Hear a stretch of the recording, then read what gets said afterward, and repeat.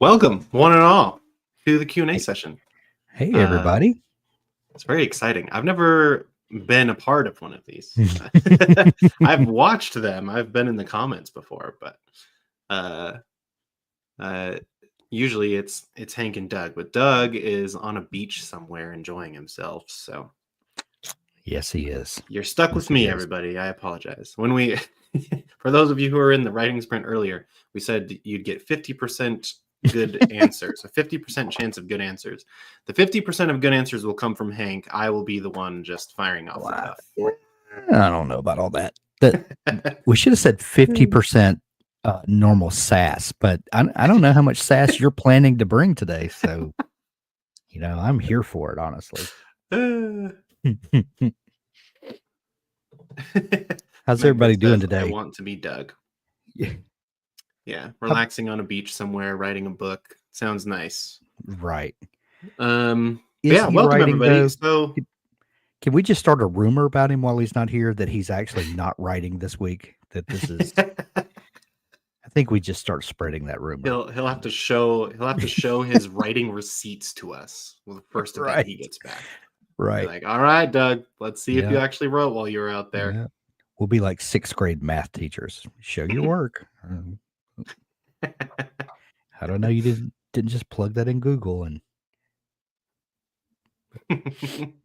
Okay, so this is a Q&A session. So I have a few questions prepared from just previous chats that we've had, things like that. But we also want to answer your questions. So if you have questions, please do drop them in the chat, whether that's, writing habits related, if it's something you're working on in your story, or for NJ West, he's here for the Venus versus Mars debate. So for context, for those who may have not tuned into the writing sprint, the story I'm writing in the writing sprints um, is set on the planet Venus, and I am of the belief that planet Venus is a much better place to go and colonize than Mars. And I have lots of data points and arguments for versus why. well, I guess I tend to agree with you because I stand with Elton in on the fact that Mars is no place to raise your kids. So I guess I Exactly. by default agree with you on your Venus statement, knowing Exactly. very little about Venus. But maybe we'll save the sci-fi debates for the end, and we Mm, can get into some of these writing questions. So yeah. this one also comes from NJ West. How do you stay motivated? That Boy, is a big question. that is a big, big question. Yeah. For me, how do I want to answer this? There's a side of me that wants to say that to to s- to get motivated, you just have to get in there and do it. Just the old pull yourself up by your bootstraps. And Hmm. and I think that's a great thing to think and say, and it doesn't always prove out. Sometimes, the, despite your best efforts and how much you want to stay motivated, and you want to get up and do something, you just don't. For Yep. me, um, one of the things that is highly motivational in my writing is to write something that you really like, so that Hmm. all day when you finish your writing session on Friday, you can't wait for your Saturday writing session because the story is becoming that good to you and you just can't wait to write it.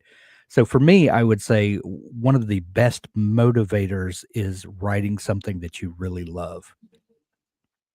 Yeah, I would totally agree. And I think I'm going to come at it with a slightly different angle, because I agree with all of that, and I think that you do need to fall in love with your story. Yeah. Um, but I do think that staying motivated. Who was it? There was somebody who said that motivation is overrated. Like Yeah.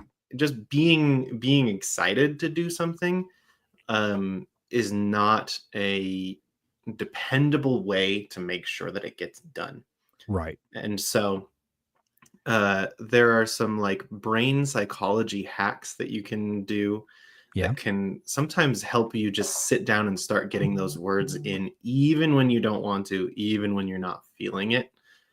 Um, and so that is something that, like, for example, it's scientifically proven that we as just humans respond more to negative feedback than we do to positive feedback. So you And encouraging so people to go on Twitter and just ask to be roasted? just absorb that dumpster fire. No, Right. but what I am saying is that, for example, this is the one that helped me finish my first novel. Like, I'd never been able to finish a novel. This was the trick that I had done with my friend, and we decided we needed a deadline and we needed to be accountable to each other. Yeah. And and he and I, we both wanted to just finish a book. That was just our goal. We just need to finish a book. And so we actually used the 50,000 word goal, but we spread it over 2 months because we were both students at the time, and so we had, Mhm. other things going on, um other time constraints. And so we set for ourselves what felt like a manageable goal, which it was. I could usually it's 833 words. I still Mhm. remember just like having that number pounded into my head every day. We wrote for 2 months, and the thing that we did is we texted each other every day and just said, "Got my words." And Yeah. but the key is, because he and I were very good friends, we had a somewhat adversarial but playful adversarial relationship. So Doug We and I. Yeah, exactly. And for example, we worked in the same restaurant, and we Yeah. would always try and do each other's jobs faster and better than the other one. So we'd try and That's like funny. refill each other's drinks at each other's tables, or bus each other's tables really quickly before the other one could do it, and like try and get away with it without the other one noticing. And then by the time they do notice, then we would like be snarky about it, like, I don't know, that table busted itself, it must have. And so we already kind of had that pre-established. And Yeah. so what we planned was, we were like, once our books are written, we're gonna go out and get dinner together, just he and I. And but the deal was, if either of us missed a day, then that would be a point against us, Mm. kind of like golf, right? And if one of us got more points, had more negative points than the other, then they had to pay for dinner. And we weren't planning on anything crazy fancy or expensive. It was just like, let's go, grab burritos or something, right? Yeah. But that we did not miss a single day. We hit 833 words every single day for 2 months straight, because I knew every time that I got tired and I was like, oh, I just can't write. I'm so stuck on this scene right now. I could just picture his snarky little face being like, "Oh, you didn't get your words yesterday?" Or, "Oh, you're paying for dinner, right?" And I just like could picture that, and that negative Yeah. that negative feedback was actually really, really effective at keeping me motivated, keeping me going, even when I didn't have that motivation. So, um, Gamification is huge. If mhm. you can find it, whether it's and whether it's negative affirmation, that's uh, probably not right. Yeah, Anyway, I get what you're but saying. I yeah, get what you're yeah, saying. whether it's It's negative Friday. It's Friday. consequences or positive consequences, the gamification still holds. I think it's that Mhm. I've gotta achieve this today, and that endorphin boost or, whatever is huge to, yeah, fall in love with your story if you can, but, if that's enough to motivate you, but, there's all sorts of little tricks that help you stay motivated.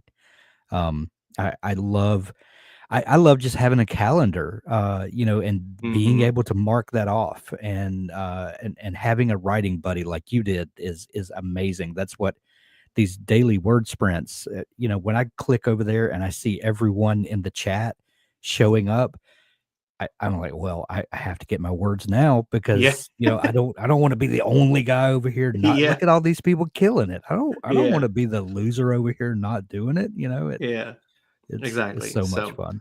hopefully the writing sprints have been motivating for you Yeah. guys, and hopefully that has been helpful. But I would for recommend sure. that, like, if you don't have a writing buddy, there's been tons of messages here in the chat of people connecting on NaNoWriMo with their usernames and other things like that. So find a Yeah. writing buddy, find somebody to be accountable to, or it could just be us and just show up to the writing sprints every day because we get a lot of familiar faces. We recognize that you guys are showing up every day, and that's just awesome that we can be a part of that. So Right.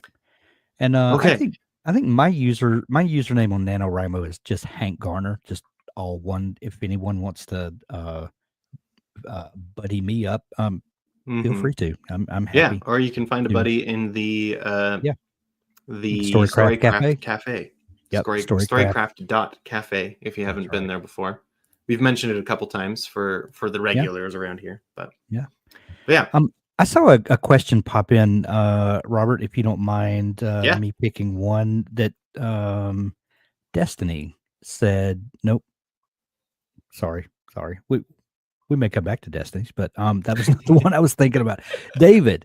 David said, "Hi guys, what would you do if you think your story might not hit the 50,000 word novel mark?" Maybe is what it kind of trails off there, but we get what you're saying, David. What happens if you're afraid your story won't hit 50,000 words? Um, this is particularly interesting for me because the way I've been handling my daily writing is that I will, early in the morning, I try to write about 1,200 words or so, 12 to 1,500. I typically have 4 or 5 story beats that I laid out for each chapter. So each day when I show up to do my writing, for the day, I know that I have to accomplish this, and this, and my story needs to make sure it hits on all of these and needs to flow from one to the other. I need to have a beginning and an end for this chapter. I need to accomplish things in the middle, and I need to leave that chapter at a point where the reader wants to go to the next chapter. You leave hmm them a little something that intrigues them, that makes them want to keep reading.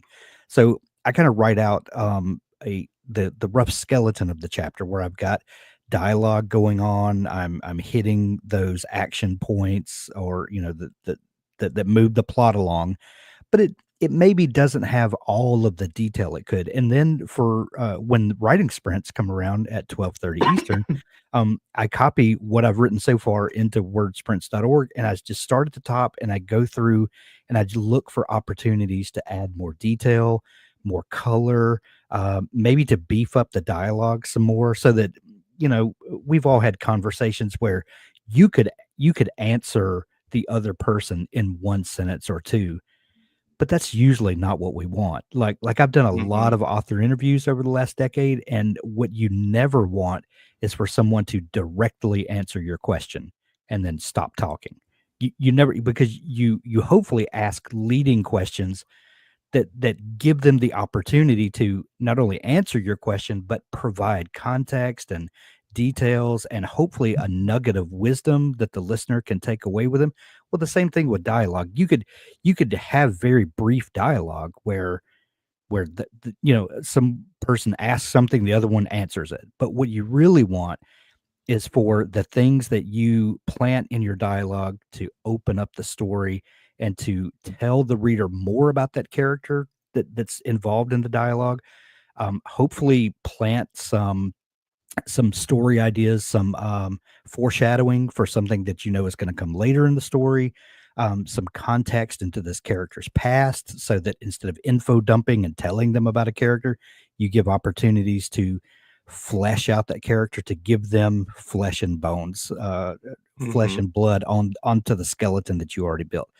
Look for opportunities like that to provide more detail, to describe the world more, to add atmosphere. And a lot of times I'll begin with that 12 to 1,500 word skeleton, and then by the time the writing sprints are over and I've gone through and just start at the top and come down and just added that stuff, I've wound up with 2,500 to 3,000 words. And I've found several passages where like I said earlier, it was just very brief dialogue where it kind of hits the point I need to hit, but it turns into whole conversations that just kind of fill in that space. So that's one thing that I would highly recommend. And my friend Steve is the one that first kind of opened my eyes to. Then he calls it onioning, where you write out and then you go back and you just keep adding layers. Like Shrek said. That's onions have layers, and so do writers. Mhm. And you just kind of keep adding layers to that. The other thing I would think, and this really has nothing to do with probably your question, but when it's not a writing challenge month or NaNoWriMo month, maybe what you're writing was never supposed to be a novel. Maybe it's better served as a short story, and this is probably a question for another time. But that does happen sometimes. Sometimes you have a story and it really doesn't have the depth for a novel. It's really best served as kind of a vignette. So we can talk about that another time. But for the sake of this question and this challenge, I think adding layers to that story, taking what you've already written and finding places where you can beef it up, the dialogue, the world description, adding in some foreshadowing and also some history for your characters always works for me. Yeah, Any I would totally agree with what you're saying there. Like, I think um the big key also, like, at the end of this comment, in the actual comments, it says, do you recommend, because it looks like he reposted it, try to I didn't shoehorn see that. extra scenes just to buff it up? I do think you got to be honest with yourself about what your story is. Like, if you reach 40,000 words and you feel like you have a tight, compact, really well written novella, then let it be that. Yeah, You don't have to push yourself to the 50,000 just because it is like an arbitrary goal. And right. so if you're going to write 10,000 extra words or 15,000 extra words that you're just going to edit out later, then it's Mhm. not worth the time. Like, NaNoWriMo is a great way to get yourself motivated and get yourself writing, right? Yeah. Um, and I do think everyone kind of falls on a spectrum where some of us maybe underwrite, where you write a chapter and then there's lots of area for details to add in. I've also had plenty of friends who are overwriters, where they write a full chapter and then, rather than Hank's process of adding more details in, they need to cut details out because Yeah. their chapters are 5,000 words long or things like that. Right. Um, so yeah, it is kind of tricky to be able to figure that out.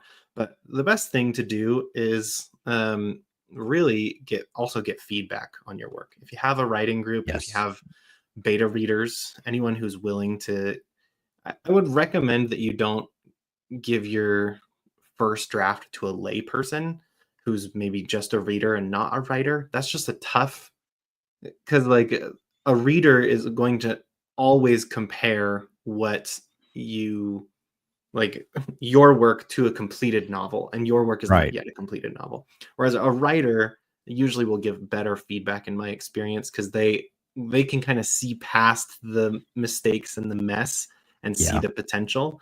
That's not always the case. You can find really great beta readers who are not authors or writers themselves, but if you can find somebody to give you feedback on, like, whether or not it felt too fast or like scenes are happening too quickly, because it's just really hard to measure your own work as well. So, True. so yeah. True. True. Okay. We've got lots of great questions here. Megbert, what's your advice for editing your writing? Do you edit as you go or wait until you've completed the challenge and then review? I think the standard answer to this, and all standard answers are false. It will work well for maybe the majority of people, but for some people, it Yeah. will not. But the standard answer on this is just write and edit later. Yes. Um, because if you get in your own head and you start messing with your progress, then that can slow you down, and then you don't actually finish the challenge. Right. And so if you are editing as you go, um, and you feel like you're losing some momentum, then I would advise that you just ignore it. This is something that Hank and I also chatted about yesterday, but this is advice from Brandon Sanderson. Um, and he says that when you feel like you need to edit something in a previous chapter, just keep writing if you're in chapter 7, keep writing chapter 7 as if chapter 1 was already fixed, Right. because you don't want to get caught in that constant feedback loop of, oh, well, I need to fix chapter 1 this way. And then in the next chapter, you're like, actually, I need to tweak it a little bit back to what it was. And then 4 chapters later, you're like, actually, I'm going to rewrite the whole chapter 1, like all that. Cause you're like, oh, I could really add some really cool foreshadowing, and like all that stuff happens. But it's Yeah. better to just take note of like, I need to change chapter 1 to be this, and then just keep going as if it was already fixed. Yeah. And this is Now a that's great use for sticky notes and Dabble, where you can mhm, plop a note on there when you go back. Hey, need to add this back to chapter 1, and yep, yep, it's yeah, perfect. And let me say that NaNoWriMo month, or 60-day writing challenge month, is a different animal than my daily writing habit. I would not normally write a chapter, and kind of write a skeleton and then go back later in the day and do that. Usually I have about an hour or an hour and a half each day where I try to get my writing in, and I try to accomplish everything I'm going to do in that session. And then occasionally I'll have some time here or there where I can, if there's something on my mind, I go in and do that.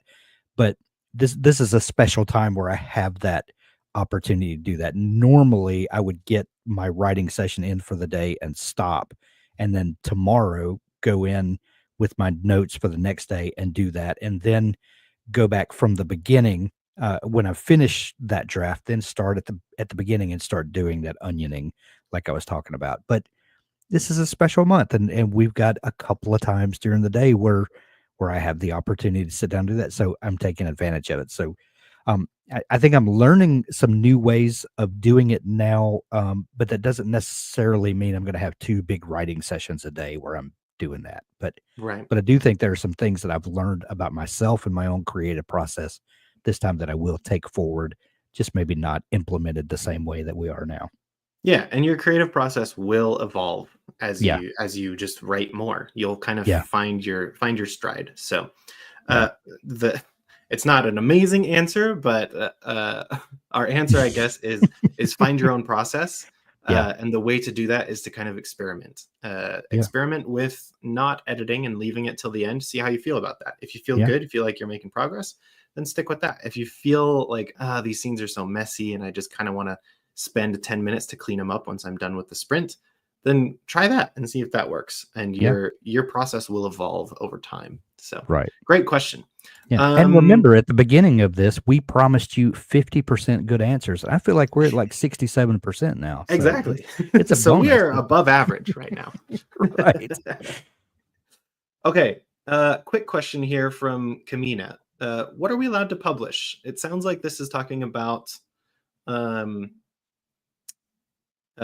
just plagiarism in general. And so I think in terms of being inspired, like from NCIS or something like that, if you have an NCIS plot taken whole cloth, but put into a fantasy setting, Yeah. I've honestly, like, you won't get in trouble for that. Yeah. Yeah. Like it can be heavily inspired, and you won't run into trouble for that. And so, Yeah. um, yeah, I I think, used to worry when I first started writing about telling too many people about my plot ideas and mhm, thinking, "Oh, I don't want to give this nugget away because somebody's going to write the book." And what I quickly learned is that if I have an idea for a plot and I tell you, Robert, about it, and you say, "Oh, I'm going to go write that," and then I'm also going to write that, we're going to have 2 very different stories that branch off in very different directions just because of my life experience, the way mhm, my imagination works. Even though we started with the same nugget of a plot, we're going to implement that plot in wildly different ways. Now, if I completely. say I have this character and I give you very uh, detailed bio, and you write that same very detailed bio, that's where you start running into thing. But the way we implement the story is going to be wildly different. And I think if you take a character, or something, some a part of someone else's intellectual property, that's where you get into into iffy areas. But if you're worried about, like Robert said, taking a plot idea and copy pasting it whole cloth into a fantasy world, you're still gonna it's gonna be a wildly different interpretation of that. And Yeah. It may feel like you're stealing or copying, yeah, but I guarantee with your unique voice, it will come out very different. We right. just don't recommend that you copy all of the character names Yeah, and every one yeah, of their quirks and right. just, take the cast of NCIS and just put them in a fantasy world or whatever that might be. Now, you're welcome to do that, and that is totally valid fan fiction. Like, I'm not trying to knock fan fiction, but since this was a question specifically about publishing, fan fiction totally has its place. It's a totally fun space to be in. So if you want to take the full cast of NCIS and drop them in a fantasy world, like that sounds like a great time. Like Yeah, how do we solve magical murders? right. Yeah, um, that would be so fun. yeah. Okay. We've got tons of questions to get through, so we'll try and speed up our answers a little bit. Mm. But we may not get to everyone's just because we have so many awesome people here. Okay, thanks for doing this. What's the most useful tool when it comes to having self-doubt? What's your thought on that, Hank? Self-doubt. How do you overcome self-defeating chats with yourself? What motivates you to not give up? Um, it's gonna be kind of a lame answer, but the more I have written, the more I have ideas for what I want to write. And for me, a big motivator is that I want to get finished with this project so that I can write the next thing that I'm Mm, excited about. yeah, And writing until you become confident in your ability to write or your ability to dream up stories um, makes you want to tell more stories. You know, I don't have a magic hack. I just don't. yeah. I'm a bit of an optimist by nature. What? Yeah, and my I'm wife so and I surprised by this. have kind of arguments about this sometimes. Good natured, but I see the sunny side of everything. She doesn't necessarily. But I just the more I write, the more I want to write. It's just one of Mm, those things that the more you do it, the more confident you become in your ability, and you start realizing that the more you do it, the more ideas are bred, and it just kind of becomes one of those things that if you do it enough and whatever hack you need to do to become consistent with it, that it just kind of becomes a part of your personality, your nature. I am a storyteller. I also work at Dabble. It just becomes, part of who you are. yeah, I agree. I think it's also really important to note that the most famous successful authors in the world have also faced imposter syndrome. Like Everyone. it's something that you will never be able to 100% defeat, right? Yeah. Um, so the trickiest part about, at least in my experience, defeating self-doubt is you can't rely on it to go away from like external uh motivators or external experiences. Yeah. So what I mean is, like, we've said this a couple times. If you are writing, you're a writer. That's kind of an internal, like, you just, like you said, it becomes a part of who you are. If it's a part Right. of your identity, if you're like, I'm a writer, and who cares if I never get published? Who cares if, whatever happens, I'm writing because I like to write. Yeah. And if that is becomes a part of your identity, then it's much easier to, not necessarily to avoid that self-doubt, but to not let it affect you as much in your writing process. Yeah.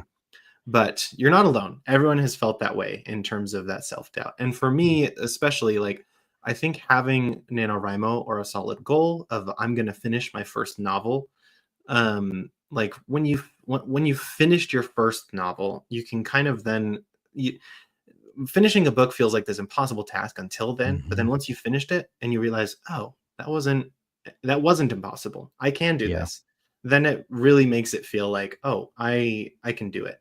So I would think it's a combination of those things. Add being a writer to your identity as much as you can. Make sure it's internal, something that belongs to your sense of self. Right. But then also, like, set achievable goals that will because those external things can really help at times. And so achieving those things where you finish your first novel or finish another book, like it just shows you like, I can do this. I am capable. So, okay. Yeah. I'm gonna, Let me add this yeah, to yeah, it. yeah. I interviewed Janet Ivanovich one time, and Mhm. she's one of those writers that I call Walmart famous. And by that I mean when you walk into Walmart or whatever your big box store is, and they have posters inside the door of like a new book release, and she was one of those people that every time she has a new book release, it's plastered inside the door of Walmart. And you know, we talk about like Brandon Sanderson and how wildly famous he is, and no doubt he is. But if you ask people that are not fantasy readers who Brandon Sanderson is, sometimes you have to kind of prime them a little bit and kind of explain, and then they catch on. But Mhm. she's one of those names that you walk in Walmart, and it doesn't matter what you read, you see that she has a new book out. And Yeah. she told me one time that the blank page is the great um, um, is the great playing field leveler. She said every writer starts a new book with a blank page, and it doesn't Mhm. matter how successful you have been. It doesn't matter how many great ideas you have. Everyone starts at the blank page. And if a someone who sold 400 million books says that she has the same anxiety at a blank screen at the beginning of a book as you do, and she has to do the exact same work every time that you have to do, that's to me that's highly motivating. That okay, I'm starting at the same place as Janet Ivanovich, I'm starting at the same place as John Grisham, I'm Mhm. starting at the same place as Brandon Sanderson. Now let's do the work. Well, let's do it. Yeah. Yeah, totally agree. Okay, I'm gonna lightning round a few of these so we can Okay, catch up. let's do How do you pace your story from Ashley? That is the most enormous question that it. Hank and I could talk about all day. So Not unfortunately, very I am going well. to skip this one, but we will be there will be other resources that we'll be releasing this month that should hopefully help with this, whether Yeah. your pacing is during the drafting or the editing process. And I will make sure to get Doug working on a pacing workshop for the future. So if you're subscribed to our YouTube channel, we'll get a pacing workshop out sometime in the future that will hopefully dig into these questions and make sure that this actually gets answered. But we just do not have the time because we could spend the rest of the time just on this Yeah. question. Destiny, a military system for a fantasy book or a magic system. How do you develop it? There's a lot of really good articles on magic Well, systems. and Doug So just did a workshop he on magic did. systems. He That's did. right. Yep. So that one's recorded on the YouTube channel, right? I believe so. Yeah. Let's So if let you me look at our while you're previous, talking, I'll see if I can find it. yeah, and I'll find some W articles, but yeah, there's lots of really good videos on YouTube also about magic systems that highly recommend. So just a good search on YouTube for magic systems specifically. As for military systems, I think your best way to, if you're trying to make it feel realistic, is to just look at real world military systems and understand their Yeah. command structure, and look at historical battles and how they were won.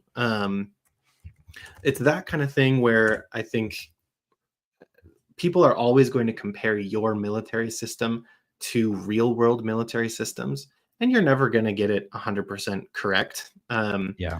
But just getting kind of that idea of what their command structure looks like and kind of copying that just whole cloth can make it feel really grounded and realistic. It doesn't have to be fully grounded and realistic, but yeah, if you're looking into building that kind of system, then I'd recommend just stealing it from real life. Yeah. And I would argue that's what readers want anyway. There's a certain segment of readers that want brand new, wholly, um, newly derived systems, and they really geek out on that. But Hmm. most people want you to take something they're familiar with and do something new and unique with it. It's not necessarily the structure of the military system that people are going to show up for. It's what you're going to do with that. that excites them. So take the structure of something that already exists, dress it up a little bit for your world, and then do something exciting with it. That's what people really want to see. Totally. So I posted a link to our recipe for a magic system. This is an article written by Doug. Great stuff. Highly recommend that you check that out. Yeah. Okay. Question is about outlining. Yes or no? I think between the three of us, between Doug, Hank, and myself, Doug is an outline fiend. Yes. I am a right by the seat of my pants fiend, and I think Hank is somewhere in the middle. I am. I started out as a pantser, and really was scared of plotting because all I could think about was elementary school English and the capital I, and the Roman numeral 1, and then and that just broke my brain. But what I realized is that I was already sort of outlining in my head and trying to hold all of that in. And when I found a way to move that to paper and then eventually to the Dabble plot grid, it really opened up what I could do with my story, and it helped me with my pacing, to go back to that previous question. The thing that helped me with my pacing was getting it on the screen where I could see it and look for places where it lagged and places where I could, see how my characters are interacting, who I had represented more than the other. And that just unlocked all kind of story potential for me. So while I still like to leave plenty of room to be creative in between the spots, having a plan has helped my writing so much. Nice.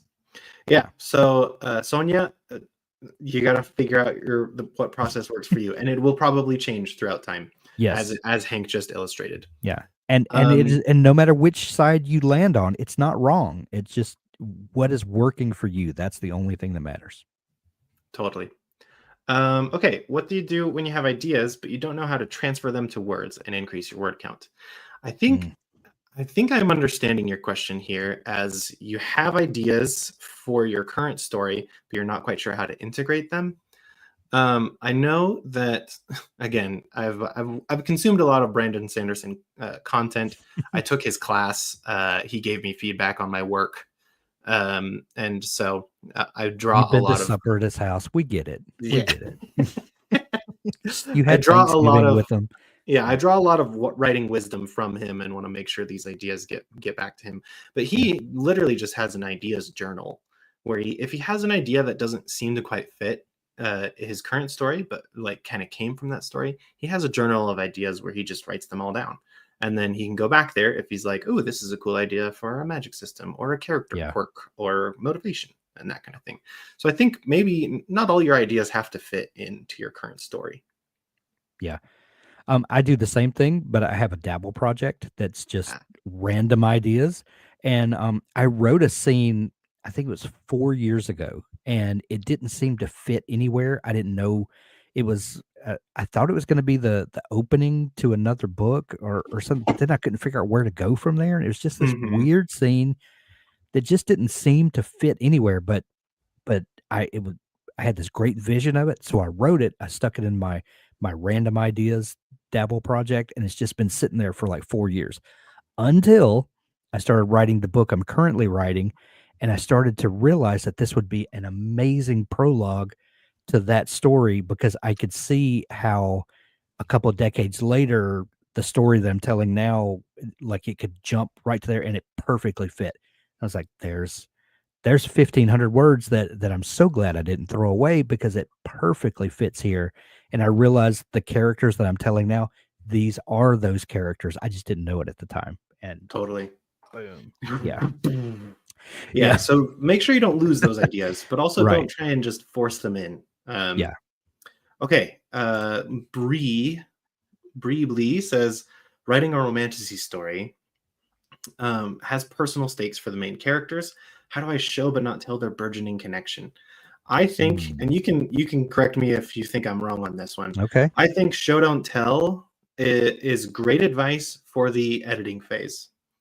I think that you just need to write the story and you can just tell the audience in your first draft that they're falling in love. And then Yeah. later, when you go back and edit and you're reading it and you're like, this is a little, I'm telling a lot. Then you can say, okay, how can I show this better? So instead of like, uh, he looked at her longingly, he can say like, in that glance, his palms were sweaty or thing, like just Yeah. little details like that. Mhm. But I find that for myself, show don't tell is great advice, but is way easier to implement after the first draft process. Yeah. So, Yeah. And that's kind of what I've been doing, when I write that 1,200 word, skeleton in the mornings, is a lot of times I'm just saying what needs to happen there, and then when I go back and start onioning, and this kinda goes back to our previous question, how do you fill it out? For me, this just going over and just adding layer after layer, sometimes it's finding those sentences that or those little passages where I'm saying what happens, and then just finding a way to describe it and to bring in,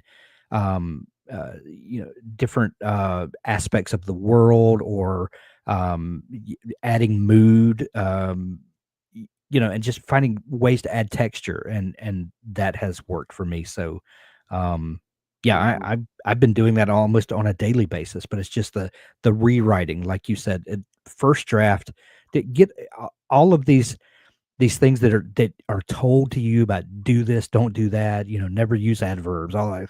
In your first draft, throw all of that out the window. Get the mhm, story told. Break mhm. every rule that you have to just get the story out. And Yep. then all that stuff comes in your redrafting and your Yeah. polishing and And I all will that. say, at least in my experience, that makes the editing process more fun. Yeah, Because it like does. you go through and you're like, this is kind of weak. And then once you're done with the chapter, done editing that chapter, and you've added a lot of those show don't tell details, you're like, Mhm. oh, this is way more fun to read, you know? Oh, yeah. And so it can also give you some momentum in the editing process. So you can give yourself permission to just draft, just write your Yeah. draft. And then it makes the editing process more satisfying because you weren't stressing yourself out about writing it perfect the first time. Yep. And then once you get it better over each editing phase, then it's like, ooh, this is really exciting. I'm really liking Yeah. this. So, but And that's again, one reason. some people really do just prefer to write really good, clean prose the first time. And if Yeah. that's you, then that's totally fine. But this sounds like in this case, there's a little bit of stress about not getting it right the first time. So, And that's one reason that I like to write, on my little weird writer deck that's made out of an old phone, because I can only see 4 lines of text at a time, and mhm, I'm not tempted to go back and keep polishing, and it's just yeah, get the words out, and then, stay in the zone. yeah, stay in the zone, then come back to the computer where you can see a whole page at a time, and, Yeah, you know, totally. yeah. Okay, awesome. My prologue feels essential and sets up the story, but it takes place a year in the past. Should it be a chapter instead? I think that uh maybe doesn't matter that much. I think if it's chapter one or a prologue, if it Yeah, sets up the story and feels critical, then just it's kind of semantics at that point. yeah, If it's with different characters, like if you have a different POV character for your prologue, I yeah, think that's especially where a prologue feels more like a prologue than a chapter one. yeah, But man, I love a good story where it says 1 year later, and you're like, "Ooh, time has passed. What is r gonna happen?" You know? right. And to me, I and people have so many different opinions about prologues, and this is not whether prologues are necessary or not. But if there's a time jump, like you've got a year, I think that's a perfect place for a prologue. Hmm. When if you've got two different circumstances and the reader doesn't know they're connected, but eventually it will make sense. I think that's a perfect place for a prologue. Um, I think if it's a direct continuation, that feels more like a chapter one. But if it's this scenario, and then you start with another scenario, it's a year later, and there's no direct connection as the reader's reading. I think a prologue kind of, to me, when I read a prologue and there's a time jump like that, it's like, okay, the writer's telling me something that is important, and he wants me to remember it, but it may not be important to right now. But he told me this for a reason. So I should hang on to this. And that's how I approach a prologue. When I'm given this information, even though it doesn't seem like it's applicable at the moment, I feel like they told me that for a reason. And if I'll hang on to it, and there will be a point where it's pertinent and it'll unlock a little something for me. And it may not be, because I've heard people that they say, well, I just skip over prologues. Like, why would you do that? Do you think Yeah. they just told you?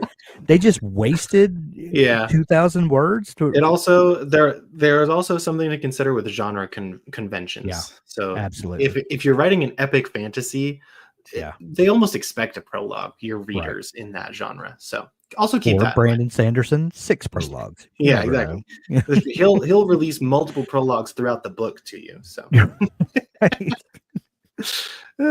okay, how do you stay organized? That's I Dabble. think that kind of goes back to the previous thing of pantser versus plotter. Yeah. For me, my writing's extremely disorganized, and I've gotten more organized over time, and as I've kind of figured out my process. But again, my advice, especially for NaNoWriMo, is don't stress too much about the organization side Yeah. of things, because there's just not 100%. enough time. Like you can fix it later. Yeah. But you know, we're spending an hour, just over an hour every day with the writing sprints. And for a lot of people, that's kind of all the writing time they get in the day, you know, whether they're students or working full time or have family commitments or whatever. And so I think for NaNoWriMo advice, just focus on the draft, Yep. and it doesn't have to be clean. Yep. And then maybe we have another, we have Q&As all the time. So maybe come back in December with this question, Yeah. and then we can talk about actually organizing when we're not in the really fast drafting process. But Yeah. let's see. Do your stories pick on you until you sit down and write them, or is it a bit more forced? What's your take on that, Hank? The stories pick on you until you sit down and write them. Yes. Yes. I have and I'll use this this is a perfect anecdote for this.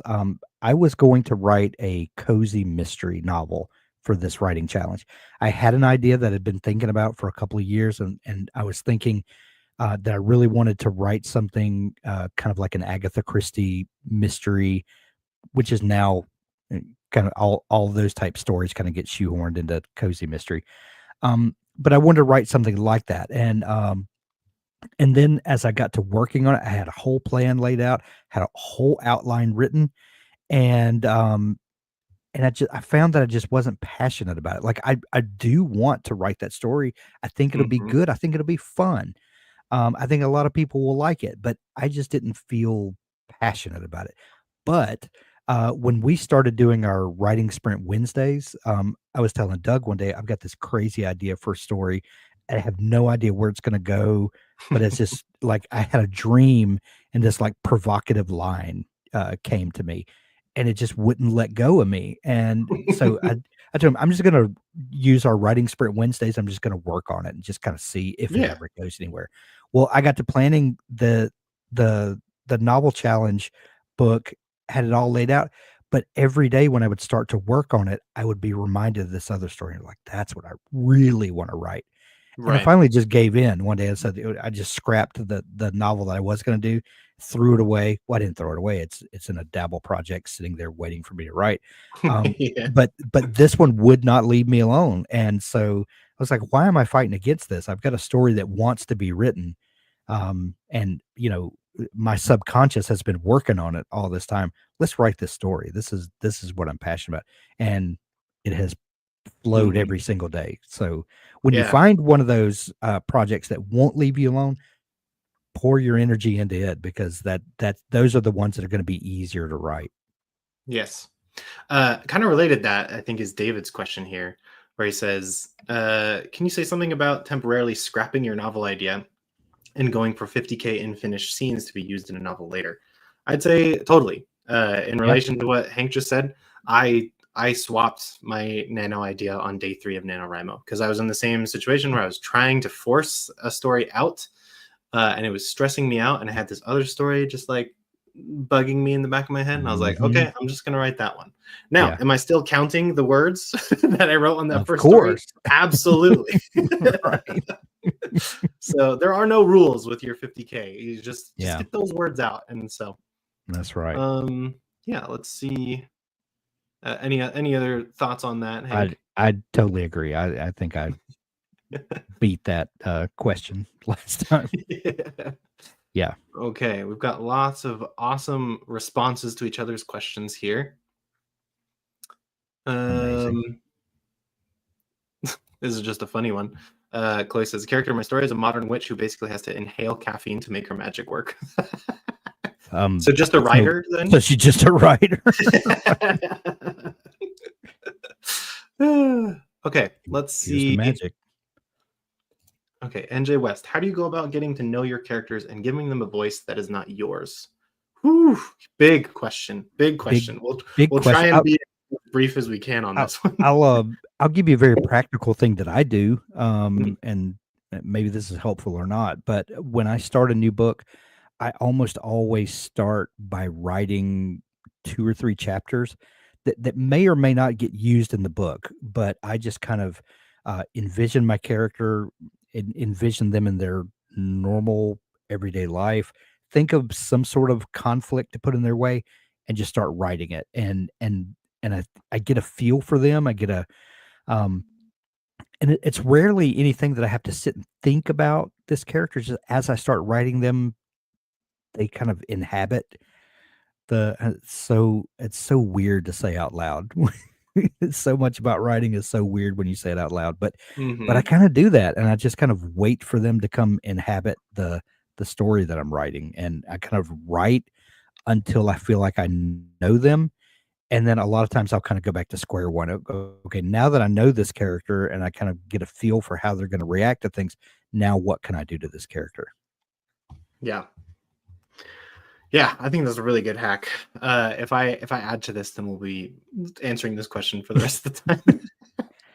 Yeah, it's really tricky. One thing I am a DM for D&D, so Yeah. this is a quick tip. I find that if Mm. I get into character while reading a dialogue, so if I'm reading from a different character and I try and just mimic their voice, you don't even have to do accents, just like mimic their voice, and then Yeah. sometimes it's maybe even worth it to record yourself and then play it back to yourself and just listen and hear if it sounds different than you. Because if it Yeah. doesn't, then you maybe switch up the diction, or if the characters sound too similar, then switch up the diction. So kind of imagining that audiobook experience. But Yeah. um, okay, what was? Let's see. I had a good one here. Oh, this one's a nice, easy one. Does anyone know if this will be recorded and available to rewatch? Yes, it 100%. will be. Right here at this link, you can rewatch this anytime. Yep. Also, if you just go to YouTube, search Dabble, find our channel, and then click on the live tab, anything that we've ever done live is there for you to rewatch. Yes. So lots of good stuff there. Megbert, if there's time for more questions at the end, we have time right now. Could we hear how you put together a pitch for your book? How long does it? How long do you make it? Could you hear a pitch for what you wrote today? I'm going to post here in the chat to answer this question. We have an article about writing a query letter to an agent, which is a little more like it's not an elevator pitch, but it sounds like this is maybe more of a business of Yeah. writing question. And so it's a really good article on how to condense your story into those little like consumable bites that are really just easy for somebody to be like, ooh, that's interesting, I want to read that Yeah. kind of thing. So Well, and if you're doing a query letter, it should include a good pitch. So, exactly, yeah. So yeah.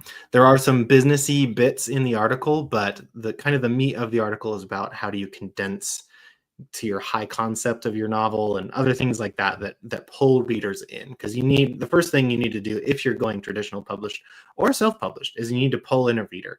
That reader Yeah. might be an agent or an editor. When you're going traditional published, you need to pull them in, get them interested in your story.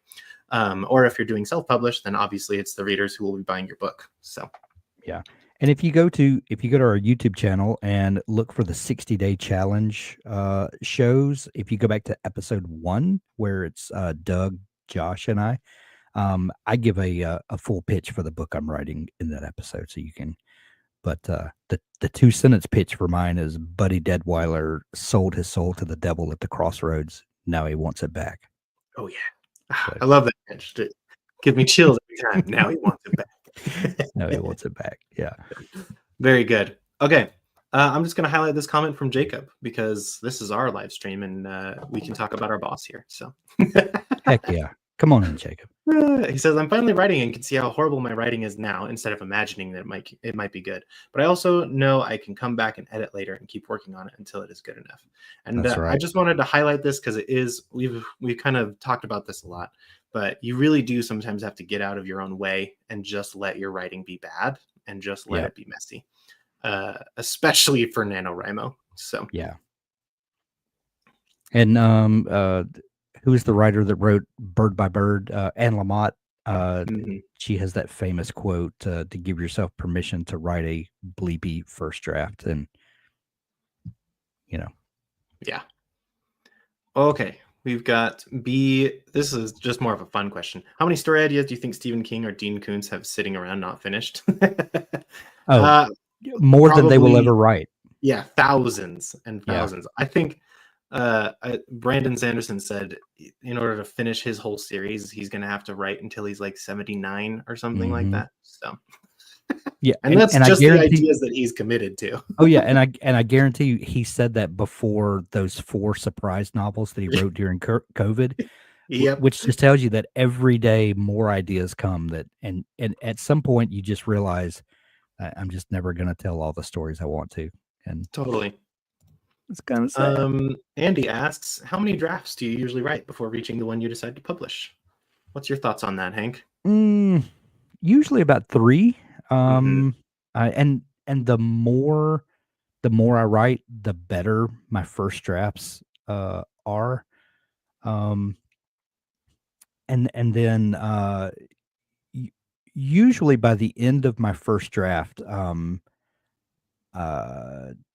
it's a pretty solid story. And then I'm going back in that second draft. I'm adding color and adding detail and fleshing out dialogue and things like that. And then that third draft is really polishing. When I first started writing, the end of that first draft would be, oh my goodness, now how am I going to fix all these plot holes? And I've got tangents that these characters go off on and got to resolve that. I got to cut all this out. And that's where planning has helped my writing a whole lot, because now I understand those problems before I write them. Totally. And that's been a huge help to me. And Josh Hayes, who's in our 60-day challenge, we were talking, this was like 6 or 7 years ago. And he's always been a very detailed plotter. And he said, Hank, everybody is a plotter. Everybody is an outliner. Just, are you going to do that before you write the book? Or are you going to do that after your first draft? And I said, oh, okay, I get it now. And that really unlocked something in my brain. Yeah, totally. Yeah. I know that Doug has really strong opinions on how many drafts you should have, especially how many drafts you should do before bringing in an editor to fix it for you. Because the thing you want to avoid is spinning your wheels and not getting anywhere. So if you feel like, just don't get so caught up in like, I need to perfect this before somebody else looks at it, because that's where your story will become so much better if you actually get outside feedback from people who understand your story. I wouldn't hand my like hardcore sci-fi story to somebody who only reads romance, because they probably have some good feedback. They'd probably say, hey, these two characters should fall in love, and they might be right, but make sure that you get feedback from somebody who would understand and appreciate your story. So absolutely. Okay, writing resources and tools that have helped you the most. This is I'm just going to shamelessly plug Dabble U here. If you haven't gone to Dabble U, I highly recommend it. It is an awesome resource. We have over 450 articles on just tons of topics, all about writing, different genres, crafting your story. It's pretty easy to navigate through and search through. So I'd highly recommend that you go check it out. I just posted it in the chat. So yeah. And there are plenty of great books, writing resources, and for me, a lot of times those things are more motivational. But a place like Dabble U is where I find detailed information on a specific topic, and that more topical help is what is really useful to me. Yeah, totally. Yeah, there's lots of great stuff out there. So Yeah. we're gonna keep releasing great stuff here on this YouTube channel. So stick with us. Mhm. Even past NaNoWriMo, we're gonna keep having events like this one where we'll Yeah. be talking about crafting our stories together. So okay, let's see what other questions we have. I'm just gonna look here. Jane said, "I love how you call that onioning, Hank. That's such an awesome thing to do." I totally ripped that off from Steve Bowyer. That's something he came up with. But yeah, it changed the way I write. Hmm. Looks like we've got some discussion of like how do you determine what happens next a little bit. So it looks like Jacob gave some advice. Instead of asking what happens next, you might try asking what could go wrong. I Yes. like this. I like the method of yes, but, or no, and, Yeah. which is uh, kind of a famous just method of keeping tension in your story. So what is the character trying to do? They're trying to, save the princess. Do they do it? The answer is either yes, but. So it's like, yes, they saved the princess from the tower, but then a dragon shows up. Now there's a new problem.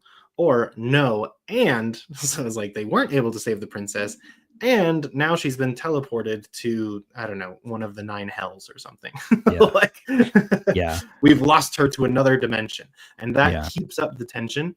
Yes, but, and no, and is really great, especially leading up to the climax. Once you're past the climax, then you want to do yes and no but. You Yeah. swap those. So then you get to that resolution where it's like, did they do this? And it's like, yes, and even better, this happened. And then did they do this? No, but this good thing happened. So Yeah. I think that came from Mary Robinette Kowal.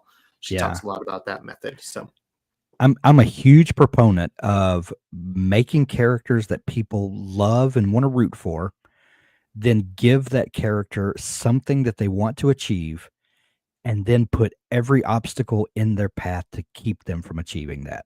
That to me, that's story structure right there. Put your character that you've given the readers an opportunity to love, put them in a tree, set the tree on fire, and then start chopping the tree down. exactly. Yeah. Okay. How should I pace a character arc? I feel like my characters are growing and learning too fast. That's a very good question, and we don't Obstacles. have a ton more time here, so we'll try and wrap things up. But thanks everyone for tuning Yeah. in, and The quick answer to that, Sylvan, for me is give them obstacles, put things in their path that slow them down. That Mhm. that then also gives them a reason to grow and a reason to learn, but makes them work Yeah, for it. exactly. Or gives them a reason to resist those lessons that they've Yes. learned. Because Yes. sometimes if they learn a lesson, but then something hits them in the face that kind of, they're like, oh, I should trust others. And then they're betrayed Yeah. by somebody. That doesn't mean trusting others is bad, but they might be like, oh, I knew this was a bad idea to trust people. Like Right. you can have kind of a, rather than just a straightforward, like arcing up to learning those lessons and being better, uh, having those obstacles along the way where they learn a lesson that's important, but then they have to kind of relearn it in a new context is really important. So, Jane says, my main character ends up being too much like me and I am boring. How can I get out of this mess? Jane, I don't think you're boring. But but I think what's important here is if you feel like the scene is boring or your character is being boring, then there's probably a question of motivation. Because Yeah. I think one of the best pieces of advice that I got is that people love proactive characters. If your character has a goal and wants to do something and is working for that thing, then it's really infectious. And so Yes. if they are proactive, this is why we love Disney villains. Like Yeah. like this is why people dress up as Disney villains, because it's like, oh, they're like evil, right? Like we shouldn't be cool with that. But like a lot of times in Disney stories, the villain's the only one who has a plan for the future. Like they're the only ones working towards something. And that's why we love villains, is because they make the story happen. So I would say maybe try and add a little bit more proaction, I guess, to your character, so that Yeah. way they're the ones making decisions and driving the scene forward. Yeah. Totally Um, agree. okay, let's see. Maybe Robert should make a new live stream debate. Yeah, maybe we should just debate Venus versus Mars. I don't worry, NJ. I've got a surprise planned for you here at the end. I haven't forgotten about the Venus versus Mars debate. But yeah, Jane says the writing sprints have been amazing. I'm glad that they have been Yes, they amazing for have. you, Jane. We've been having a great time. It's so awesome to write together. Yep. NJ, how do you go about advertising your work after you publish? That is a huge question. In the modern age of publishing, it's a crazy world out there. So Yeah, and it's a moving target. yeah, but I will link this. We have a section of articles about marketing and publishing your book in W, so I will paste that. And then let's see. I think we've answered most of the questions in the chat, and that puts us just over the hour mark. So thank you, everyone, for your questions. I hope that this was helpful. I hope that you're feeling motivated and ready to keep going on your stories. Any final words, Hank, before I talk about Venus for like 10 minutes?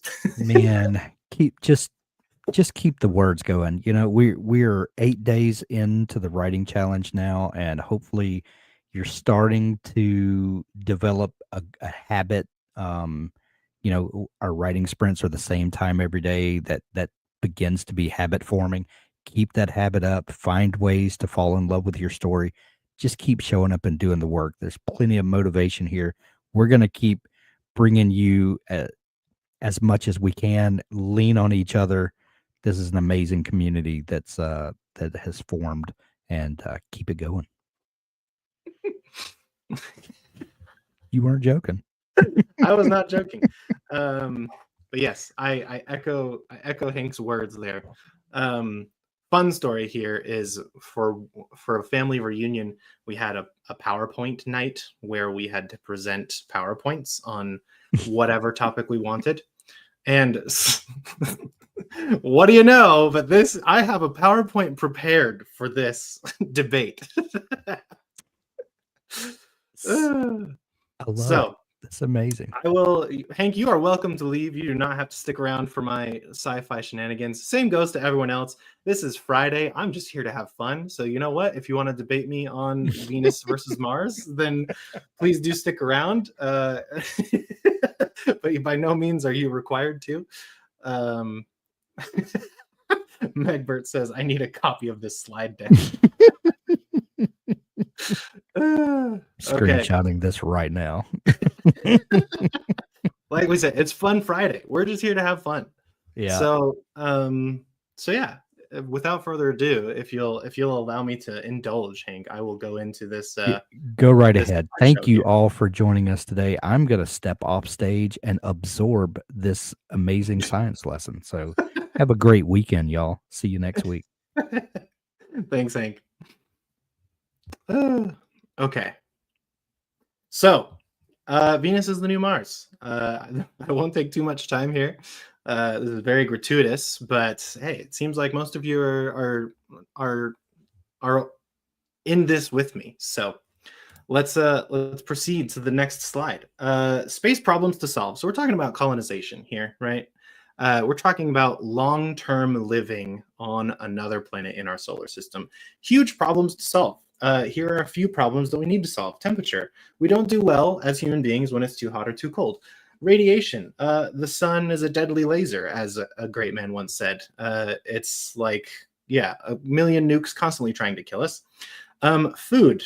3 meals a day, that's a lot when you're in space. And pressure. Earth-like pressure is kind of really important for us to stay alive, and it's not really universal in our solar system. We also need water. We need trade. And the reason I bring up trade is because if it's a colonization, we need a long-term solution for why people are there. This is why Antarctica has not been colonized, but there are like science stations out there, is because the um, the there's nothing in Antarctica for us other than scientific discovery. And so if we're hoping for colonization, we need something that will actually motivate us to stay there long term. Mental health is very important. This is something that maybe they finished. They've been doing tests for the first astronauts that will be going to Mars specifically on how they do living in a very confined space with very few people over a very long period of time. So, and then we have gravity. Microgravity has lots of problems, even with our current astronauts who go to the ISS and other places. They have a hard time. There's brain swelling, there's other things. We don't fully know what the long-term effects of microgravity, meaning something less than Earth gravity, might have on our bodies, because we just don't have that long of a study. Our astronauts, I don't know what the longest, maybe somebody can look up what the longest time is that an astronaut has stayed in space. But I think it's less than a year, maybe more, maybe just 1 year. I know it's not very long. And so if we're talking about long-term, like people are living their entire lives in microgravity, we have no idea what effects that might have on the human body. So these are problems that we need to consider as we are figuring out which planet to colonize. Temperature. So we need a relatively warm climate to survive and to grow food. We prefer not to freeze or burn to death. And also, something to remember is that air conditioning, whether you are cooling the air or heating the air, is energy intensive. So, Mars has an average temperature of negative 85 degrees. There's nowhere on Mars where there's an average of Earth-like temperatures. Now, this is the number one thing that people bring up when I talk about Venus. They say Venus's surface is a balmy 867 degrees Fahrenheit. I don't know what that is in Celsius. But 50 kilometers above the surface, there are Earth-like temperatures. And so even though the surface of Venus is hot enough to melt lead, Venus is a planet where we can actually find Earth-like temperatures just naturally existing in the atmosphere, where Mars, that does not exist. Radiation. The sun is constantly trying to kill us, as we previously mentioned. On Mars, there is no protection from radiation. So even our structures with lead shielding would not be able to avoid the serious long-term health risks of radiation. So the best solution on Mars is to probably colonize lava tubes, live beneath the surface of Mars. And that is probably the best way, but then all the poor people on Mars would have to live sad mole people lives. So, on Venus does not have a magnetosphere, which is the magnetic North Pole, South Pole that we have here on Earth, which protects us from a lot of the sun's radiation. However, the atmosphere is thick enough to absorb much of that dangerous radiation and avoid that those dangers of exposure. So, food we have to eat. Sometimes I wish I could just go without eating and be fine some days, but also I do love to eat. So, it's we're complex beings, I guess. But Mars provides some unique struggles. We need to shield our food from the radiation as well. And so we need to hide our food underground, but it also still needs sunlight to grow. So that's a bit of a challenge. We need to develop foods that are radiation resistant, or we would need to just create our own sunlight in some way. Not that that is an impossible task, but it just provides some unique challenges. On Venus, with a floating city at ambient temperatures and some radiation shielding, um, the pressures are all optimal for plant and animal growth and cultivation. And the atmosphere of Venus is like 97% carbon dioxide. So thank you for attending, Megbert. Um, yes. Got to pop out for lunch. Totally understand. This will be recorded for later consumption. But 97% of Venus's atmosphere is carbon dioxide anyways. And so carbon dioxide is needed to feed the plants. And so we would actually have a lot of the resources already needed to build the plants, or to grow the plants, not build the plants. But and we could just use natural sunlight that's filtered through the atmosphere to grow the plants as well. So we wouldn't have to create that. Destiny says, how do you propose making a floating city? That is a very good point, Destiny. And we'll debate these points. We'll have a few minutes at the end to talk about these things. But yeah, with all that, we could just live in our green spaces. We wouldn't have to be concerned about any of that. So pressure. Nobody wants to die from decompression. The Earth's atmosphere applies a lot of pressure on our bodies. Mars' pressure itself is less than 1% of Earth's. All of our habitats would have to be pressure vessels. So that would really reduce our ability to expand those spaces. Beauty Heretic says Venus's sulfuric acid clouds say hi. That is a very good point, Beauty Heretic. We will get to it. But Venus's pressure is similar to Earth's, meaning all we would need is simple airlocks rather than a full pressure vessel. So because we don't have to keep our air in perfectly, we don't have to work as hard to make our vessels pressure vessels. They would just have to be airtight to keep our ideal atmosphere in and those sulfuric clouds out. Water, we need water. Mars does seem to have water, but it doesn't mean that we can access it or use it easily. It's mostly in the atmosphere or frozen on the poles.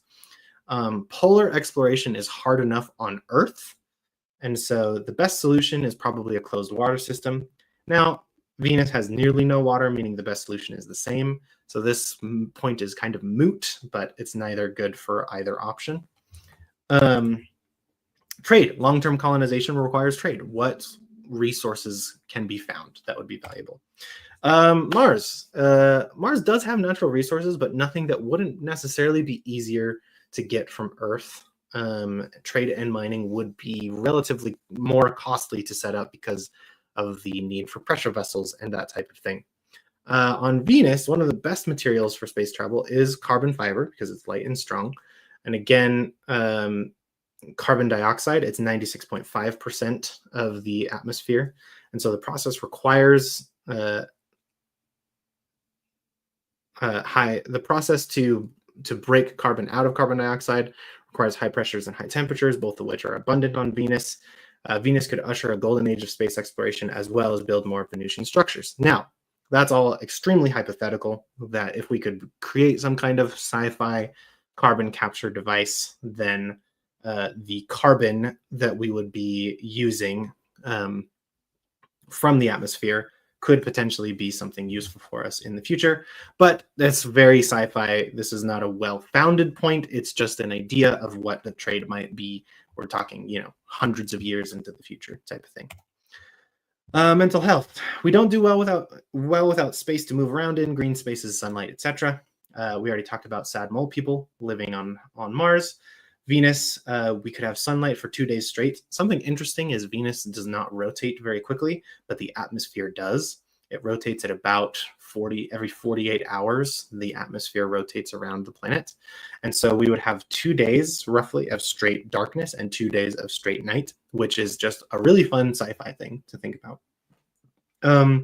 But you could actually go outside with an oxygen supply and protective coverings. And we can have sunlit green spaces to move around in. So Gravity. Our bones and bodies are not made for non-Earth environments. Mars has 1/3 Earth gravity. We don't know what effects that might have on our long-term health yet. And Venus has Earth-like gravity. And so there are other problems. Now, habitat failures, oxygen, the acid clouds. Totally recognize these are problems to be solved. My argument here is we have developed technologies to float in atmosphere here on our own planet.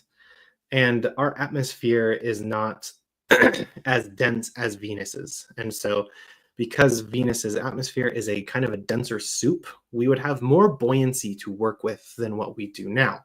And so, for that reason, I think that the challenges of creating a floating city are not necessarily more difficult than the challenges of creating an underground pressure vessel city on Mars. Now, again, this is all very sci-fi hypothetical. So, oxygen. There is no oxygen on just naturally on Venus. However, because there's so much carbon dioxide, if we get a carbon capture device that can split the carbon from the oxygen, then we will have an actual way of producing oxygen ourselves without needing to cart it in from Earth like we would for Mars. The acid clouds. That is a big problem. There are lots of ways in which we can reduce the effectiveness of acids. There are lots of ways. There are even like plants and things that are resistant to acids. So just as an example, in my sci-fi story set on Venus, they've genetically developed a moss that can live on the outside of these floating cities and can resist the acid clouds themselves. So, and yeah, that is all that I have on the short slideshow. Destiny says, biologists have run studies with plants and carbon dioxide, and more carbon dioxide does not exactly translate to plants doing well. How would you combat that? Yes, I think that's a very good point, and I'm not claiming that carbon dioxide, just the presence of carbon dioxide equals good plant growth. We would have to do a lot of work to make make things work for growing food for ourselves on these planets. Either way, no matter what, it's a tough challenge to solve. But my point with that is that a lot of the building blocks required for plant growth are easier to access on Venus, such as sunlight and carbon dioxide, versus Mars itself. And so it may very well be that the best system is a closed system where carbon dioxide is more of a we just contain what we emit essentially, and it gets captured in the plants, and then we eat it and emit it again, and then we have a closed system. But yeah, the radiative and conductive processes in Venus's atmosphere could reproduce Earth's climactic processes insofar as things like the water cycle. Exactly. So to Ashley's point, as Ashley brought up, if we develop these carbon capture methods, that we're thinking like very high level sci-fi technology in the future, right? But that could also lead to future terraforming efforts on a planet that looks very much like ours. So the more of that carbon dioxide that we remove and use for ourselves from the atmosphere, the more that the surface would cool off. And so if we're talking, if you're writing a sci-fi story for 1,000 years, or I don't know, 3,000 years in the future, when we've been living on Venus for a very long time, then it could be a cool setting for like the transition away from colonization to terraforming and what that looks like. So, man, Ashley's just backing me up with all her points. So yeah, there's other really cool things that I've looked into. Just they're very sci-fi concepts. So it seems like the people who are sticking around are the fellow sci-fi fans out there. But there's cool ways of generating power where if we have high temperature differentials like we would on Venus, Like if you run, I think it's we have hydrothermal power here on Earth. We could essentially do a similar situation with hydrothermal power, except we can have a tether dangling from these floating cities down to the hotter atmosphere below to heat things up and run a generator, which is another cool idea. At this point, I'm just geeking out about sci-fi though. So how to avoid the acid problem. The acid problem needs a sci-fi solution. That's what it comes down to. Um, yeah, I think that the problems that we would have to solve. My argument here is the problems we would have to solve to colonize Venus are not greater, and I would argue are simpler than the problems that we would have to solve for a long-term colonization on Mars. And so, whether or not you agree with me, you are welcome to be those Martian fans out there. I just will feel sorry for you as you live your sad mole people lives in your tunnel cities, while I'm floating in the sky in my sci-fi world. So.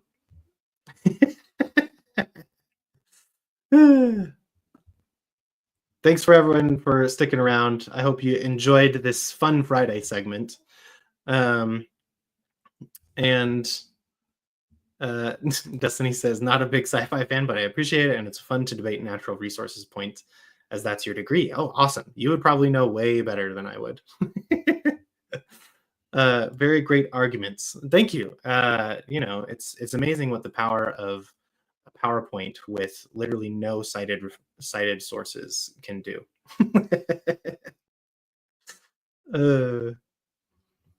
Okay. So I think that is that.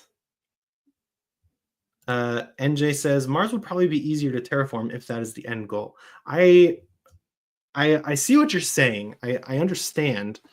I think again the challenge that we'd face with that is Mars does not have the natural resources such as carbon dioxide, which is composed with a huge amount of oxygen, in order to be able to terraform it. And again, it only has 1/3 gravity, and so we don't know what the long-term effects on the human body would look like. And so I'm not saying that your point isn't good, because I do see your point there. It might be a simpler process to terraform, but there's the question of where do we get the terraforming resources to do so. Maybe we have to set up on Venus to carry over the oxygen and atmosphere from Venus to Mars, and we can just do both at the same time.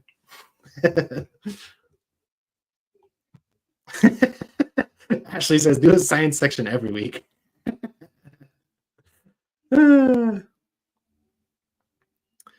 Oh, NJ, I would be honored to be in your sci-fi novel. They would probably say like, wow, that wasn't a very creative name, Robert Smith. Really? That's what you went with? But I will be honored, and I would happily read your book once it's ready to go. So hope you all had a good time. Hope you all have a wonderful weekend. We will catch you again. We will be having videos. We have recordings and things going out over the weekend on our advent calendar situation. I'll send a link to that if you guys, I'm sure you guys are following along there, but we will be releasing some recordings over the weekend to keep you motivated, keep you excited. One of those is a recording of me not talking about science, much to the chagrin of the current audience, but and then we will be back hosting live events on Monday. We have a writing sprint, same time, 12:30 p.m. Eastern, and then more events all throughout next week and all the rest of the month. So yeah, and then we invite you guys to host your own writing sprints over the weekend. We will not be doing those Saturdays and Sundays, but we will be back on Monday, and we will see you guys there. So good luck with all your projects. I hope you all are converted to joining me on Venus rather than Mars, because it just sounds like more fun. Who doesn't want to live in a floating city, right? Come on. But thanks so much for coming, and have a great day.